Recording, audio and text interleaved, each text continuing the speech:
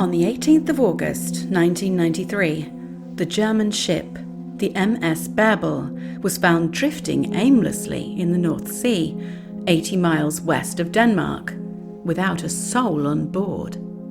A veritable ghost ship. The 6-man crew having disappeared into thin air. The first men to discover the vessel reported blood everywhere and signs of an almighty struggle. The ship had been set alight in multiple places, but the fire hadn't taken hold. A short time later, crews discovered the sole survivor, one André Lapin, floating in a rubber dinghy a mile from the ship. He seemed completely unfazed by the ordeal. In his possession was a large sum of money, 2 suitcases, his passport, a duvet, and 6 cans of peaches.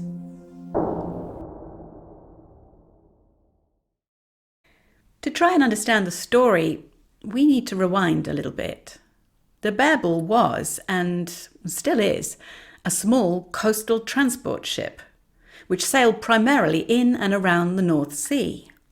Constructed in Germany in 1989, it had been delivered brand spanking new to Captain Heinrich Tellmann, and he'd named it after his wife. I'm sure she was thrilled. It was, after all, a 90-metre-long, 3,000-ton capacity juggernaut. Not your typical German Hausfrau at all. Here she is currently. You'll notice the name change. It's not Bärbel any longer. More on that later. On August the 15th, 1993, the ship was carrying a cargo of rapeseed, and it set sail from London in the direction of Rostock, northern Germany. Now, Captain Tellmann was an experienced seaman. He phoned his wife that morning, making small talk. She said he'd never mentioned any trouble with the crew, or the boat, or anything else. 3 days later, the Bärbel was found abandoned by 2 fishing trawlers, 80 miles west of Esbjerg, a city on the west coast of Denmark. It had drifted miles off course, with nobody aboard to guide it. They also discovered 28-year-old André Lapin afloat in his dinghy, surrounded by piles of cash and eating his tins of peaches. Both he and the boat were taken back to Esbjerg on the morning of August 19th. It was recorded that Lapin was put onto the rescue helicopter against his will and airlifted from the scene. Initially, Lapin said that a fire had broken out on the ship. He'd jumped into one life raft, while the other 5 members of the crew had climbed into the other. Eventually, they drifted apart and become separated. However, during the subsequent investigation on the ship, police found evidence of a huge fight, as well as deliberate attempts to set the boat on fire in various locations. There was evidence of blood, hair, bone fragments, and even a piece of torn-off scalp. It was like a scene from a horror movie. The forensic tech team that boarded the ship said, quote, "Here, we met a sight that I will never forget. There was lots of blood, for Lapin had used the ship's crane to hoist the corpses up from the bottom of the ship, and when the bodies were tied by the legs, the blood ran out of them. Several places on the ship bore traces of fierce fighting. The captain's cabin was cluttered and smashed, and on the floor was the ship's empty cash register. Attempts were made to ignite the ship with diesel oil in several places. There were splashes of blood on the walls and floor. Many hairs and skin remnants were found. Lapin was charged with the murder of the 5 men. He pleaded not guilty. During interrogation, Lapin changed his story. According to him, 2 crew members had attacked the captain and the other 2 crew members with axes. Lapin had to kill these 2 axe-wielding maniacs in order to save himself. Fearing that nobody would believe his story, he formulated a plan. He dumped the bodies into the sea, set fire to the ship, and jumped into a life raft. He said the large sum of money he was found with, which amounted to about 50,000 US dollars, was his from a previous business deal. In court, it was reported that Lapin seemed cold and emotionless. He cooperated fully and was well-dressed and very polite. And critically for him, the investigation on board the vessel seemed to support his version of events. Blood and forensic evidence showed that each man had died where he had indicated they did. But unfortunately, the only body ever found was Captain Talkman's, some weeks later, dredged up in a fisherman's net. And as Lapin had never stated that he had killed the captain, it was not able to be used against him. The missing crew consisted of machinist Mikhail Mikhailov, sailor Vladislav Bogdan, first mate Viktor Varenko, and chef Anatoly Smolyak.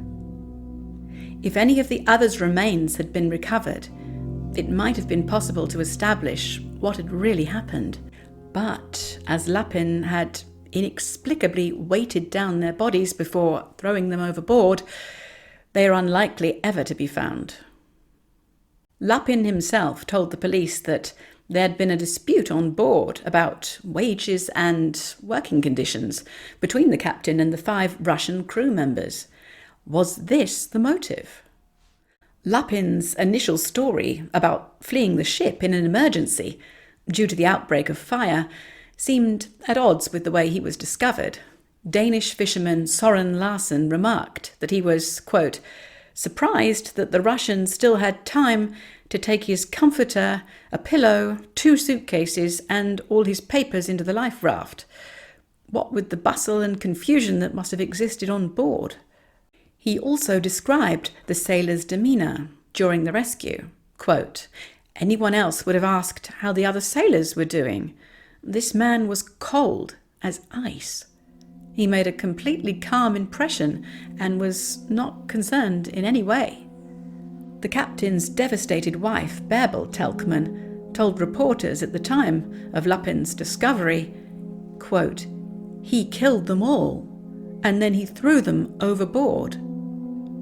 She recognised her husband's wristwatch on the wrist of the rescued Russian sailor and said she hadn't trusted him from the moment she'd seen him 8 days prior, as they'd been making final preparations for the outgoing journey to London.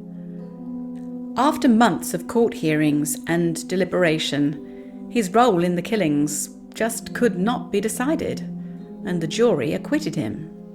He left court a free man, and somewhat unbelievably, he got to keep the money he had been found with in the dinghy. I don't know if he got to keep the 6 tins of peaches. Some time after, the Bärbel was cleaned up, repaired, and put back into commission by the widow of Captain Telkman. And when they advertised for a new crew, whose application for a job on board the boat was top of the pile? Yes, you guessed it. None other than Andrei Lapin. He didn't get the job. Interestingly, rather than scuttling back to Russia and disappearing into obscurity, Lapin has led rather an interesting life since the incident in 1993. He became a rescue diver for the Russian state and has over 250 successful rescues on his resume. He's even received a number of recognitions from President Putin for services to his country. He's 55 years old and currently living in Kaliningrad. He has 2 children, a 14-year-old daughter and a 12-year-old son, and paints in his spare time. Apparently this is something he took up while in prison awaiting trial. If you visit his online website, you can see examples of his artworks, many portraits, and several landscapes featuring the sea. You can even commission him to paint a portrait for you. He'll do it from a photograph. Prices start from a very reasonable 13,000 rubles, which is about 175 US dollars. So if you're looking for a Christmas present, well. Lapin has given several interviews over the years. He's always stuck to his original explanation about what happened on board the MS Bärbel 27 years ago. Despite the press at the time branding him the mass murderer responsible for the slaughter, he went free, and of course he was happy about that. He said that he was sorry people were so quick to judge him, and that only he knew what had really happened. He had killed 2 men in self-defense, and he'd always have to live with that. He said, quote, "It's not fun to have to kill, and I would have preferred to have been without it. I feel sorry for the family of those I killed, but I do not regret it, because if I had not killed the 2, I would not be sitting here today."